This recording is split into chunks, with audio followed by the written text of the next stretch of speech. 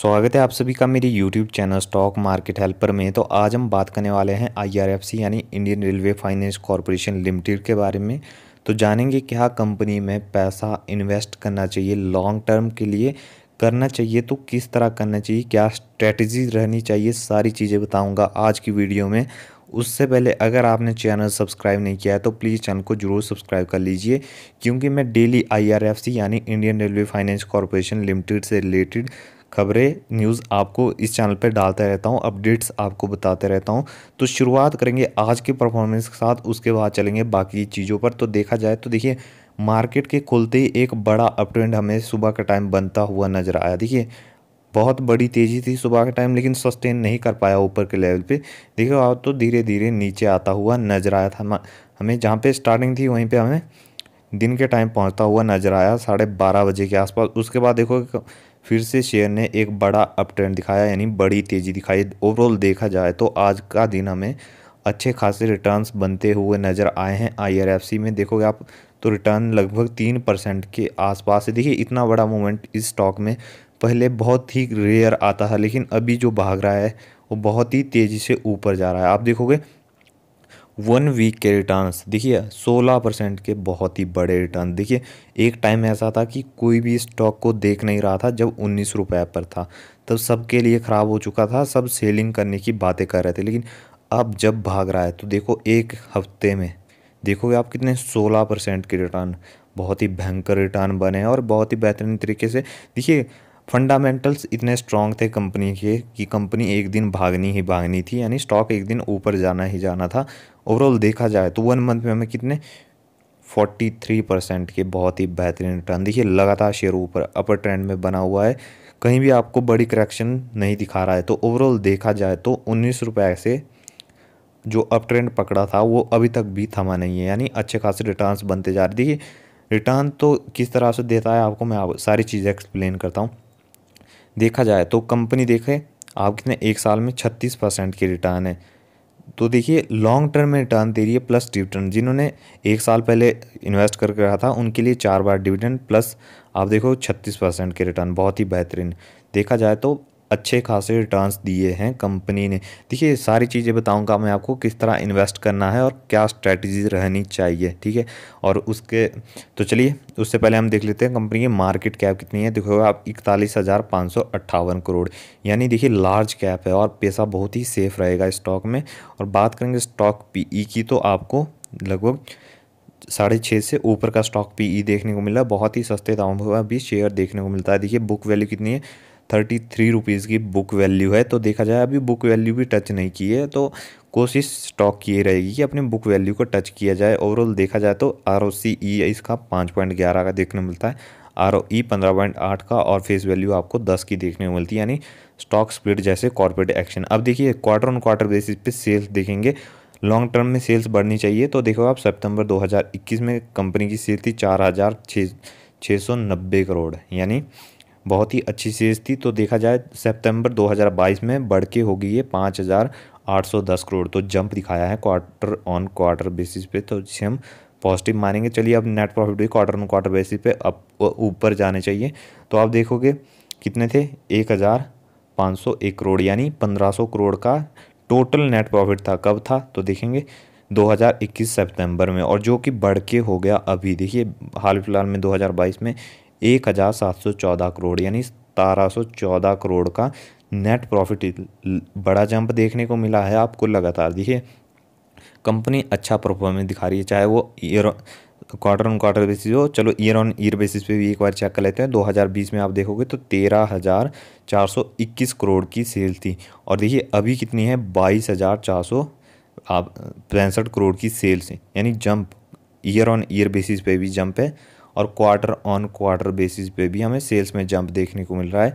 और बात करेंगे नेट प्रॉफिट, तो क्वार्टर ऑन क्वार्टर पे तो ऊपर नीचे होता रहता है, लेकिन ईयर ऑन ईयर बेसिस पे हमेशा हमें जंप ही देखने को मिलना चाहिए। तो आप देखोगे कितना 3,192 करोड़ का टोटल नेट प्रॉफिट था, कब देखोगे आप तो 2020 में, और अभी कितना हो चुका है देखिए आप 6,462 करोड़ का नेट प्रॉफिट। तो ओवरऑल देखा जाए तो चाहे क्वार्टर ऑन क्वार्टर बेसिस पर हो चाहे ईयर ऑन ईयर बेसिस पे हो, हमें जंप देखने को मिला है। और चलिए ईपीएस की बात करेंगे। ईपीएस देखा जाए तो कितना ईपीएस है कंपनी का, देखिए ईपीएस भी हमें बढ़ता जा रहा है।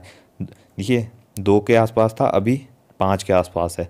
तो ओवरऑल देखा जाए तो ईपीएस भी बढ़ा है। साथ में डिविडेंड देखोगे आप तो कंपनी का डिविडेंड भी हमें अच्छा खासा देखने को मिलता है। डिविडेंड भी कंपनी अपने शेयर होल्डर्स को लगातार दे रही है। देखिए बात करेंगे CAGR यानी कंपाउंडेड की, तो देखोगे आप तो 36% CAGR हमें देखने को मिल रहा है। यानी अच्छा खासा पैसे को कंपाउंड कर रहा है और अच्छे रिटर्न्स बनते जा रहे हैं जिन्होंने लॉन्ग टर्म में इन्वेस्ट करके रखा है। रिटर्न ऑन इक्विटी की बात करेंगे तो 10 साल की 13%, 5 साल की 14%, 3 साल की आप देखोगे तो 14% और लास्ट ईयर की 16%। तो रिटर्न ऑन इक्विटी भी बहुत बेहतरीन है। कंपाउंडेड प्रॉफिट ग्रोथ देखेंगे तो 10 साल की 29%, 5 साल की आपको 46% देखने को मिलती है, और देखो आप 39 फिर 17% अभी की देखने को मिलती है। बात करेंगे कंपाउंडेड सेल ग्रोथ की तो देखो आप 10 साल की 16%, फिर 18%, फिर 22% और अभी की आपको 27% देखने को मिली।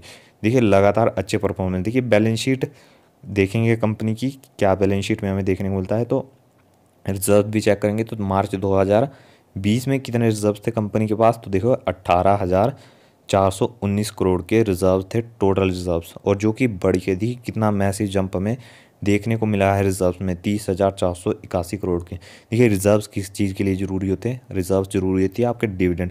अगर कंपनी ने डिविडेंड देना हो अपने शेयर होल्डर्स को तो रिजर्व्स बैलेंस शीट में होने चाहिए, चाहे बायबैक लाना हो चाहे वो कोई भी कॉर्पोरेट एक्शन हो, आपकी रिजर्व्स बैलेंस शीट में बहुत ज़रूरी होते हैं। और इसके अलावा देखेंगे तो डेट भी कंपनी के ऊपर अच्छा खासा देखने को मिलता है। देखिए 3,86,733 करोड़, लेकिन डेट की कोई टेंशन नहीं है। कंपनी का काम इस तरह से, देखिए कंपनी जो है वो लोन प्रोवाइड करवाती है, किसको प्रोवाइड कराती है, इंडियन रेलवे को, और उसमें जो इंटरेस्ट होता है उससे पैसा कमाती है। तो देखा जाए तो कंपनी का बहुत ही बेहतरीन बिजनेस मॉडल है, और आने वाले टाइम में देखिए हमेशा कंपनी का पास पैसा बढ़ेगा ही बढ़ेगा, घटने का तो कोई सवाल ही नहीं उठता। तो चलिए अब बात करते हैं पैसा इन्वेस्ट किस तरह से किया जाए। उससे पहले मैं आपको डिस्क्लेमर में बता दूं, ये कोई बाइंग या सेलिंग रिकमेंडेशन नहीं है बिल्कुल भी। इस वीडियो के आधार पे आपको कोई भी बाइंग या सेलिंग नहीं करनी है, ये सिर्फ नॉलेज के लिए है। तो चलिए अब बात करते हैं किस तरह करना चाहिए, ठीक है। तो देखिए जब करेक्शन दिखाए, ठीक है, ऊपर के लेवल पे नहीं, जब करेक्शन दिखाए, हमेशा स्टॉक मार्केट में करेक्शन आते ही आते हैं। 52 वीक हाई पे कभी भी इन्वेस्ट ना करें, ठीक है। जब करेक्शन दिखाए तब थोड़ी सी क्वांटिटीज़ उठा लिए, ठीक है। ज़्यादा क्वांटिटीज़ उठाओगे तो आप फंस जाओगे, ठीक है, ये बात क्लियर होगी। फंसना नहीं है, थोड़ी सी क्वांटिटीज़ उठाए। देखिए 10 क्वांटिटीज़ उठाई, देखिए 10 क्वांटिटीज़ उठाई, फिर देखा क्या शेयर ऊपर जा रहा है, ऊपर जा रहा है तो रुके रहे, ठीक है, तब नहीं उठानी, ठीक है। जब करेक्शन दिखाए फिर से तो 5-10 फिर से उठा ली, ठीक है। 5-10 उठाने के बाद देखा फिर से कहाँ जा रहा है, ठीक है, 20 हो गई टोटल। फिर देखा नीचे, जब करेक्शन दिखाया ऊपर जा रहा है तब रुके रहना, पेशेंस रखने का खेल है सारा। जब नीचे आए तो फिर से 10 उठा ली, ठीक है। जब और नीचे आया करेक्शन दिखाए, जितना करेक्शन दिखाए उतना उठाते रहो, ठीक है। अब कुछ लोगों की दिक्कत होती है कि ब्रोकरेज ज़्यादा लगता है, देखिए बार बार क्वान्टिटीज़ उठाएंगे तो ब्रोकरेज ज़्यादा लगेगा। तो उसका भी समाधान है, देखिए जीरोधा में डीमेट अकाउंट खुला लीजिए, ठीक है। वहाँ पे आपको डिलीवरी पर कोई भी चार्जेस नहीं लगेगा, चाहे आप दिन की 10 उठाओ चाहे रोज़ की एक एक उठाओ, ठीक है, चार्जेस नहीं लगेंगे। लिंक आपको नीचे डिस्क्रिप्शन में दे दिया है, सिर्फ आपको अकाउंट खोलने के चार्जेस लगेंगे। देखिए अकाउंट खुल जाएगा, उसके बाद आपको डिलीवरी चाहे रोज़ आपको 5 उठाओ 7 उठाओ, फिर कोई चार्जेस नहीं लगेंगे। तो देखिए ये स्ट्रेटजीज होनी चाहिए, ठीक है, मेरे हिसाब से। बाकी ये कोई बाइंग या सेलिंग रिकमेंडेशन नहीं है, ये सिर्फ आपके नॉलेज के लिए है। आप चाहो तो इस स्ट्रेटजी को, और देखिए जब आप करेक्शन में उठाओगे, ठीक है, करेक्शन में उठा रहे हो ना, तो जब ऊपर भागेगा फिर से करेक्शन दिखाएगा तो फिर से उठा रहे हो।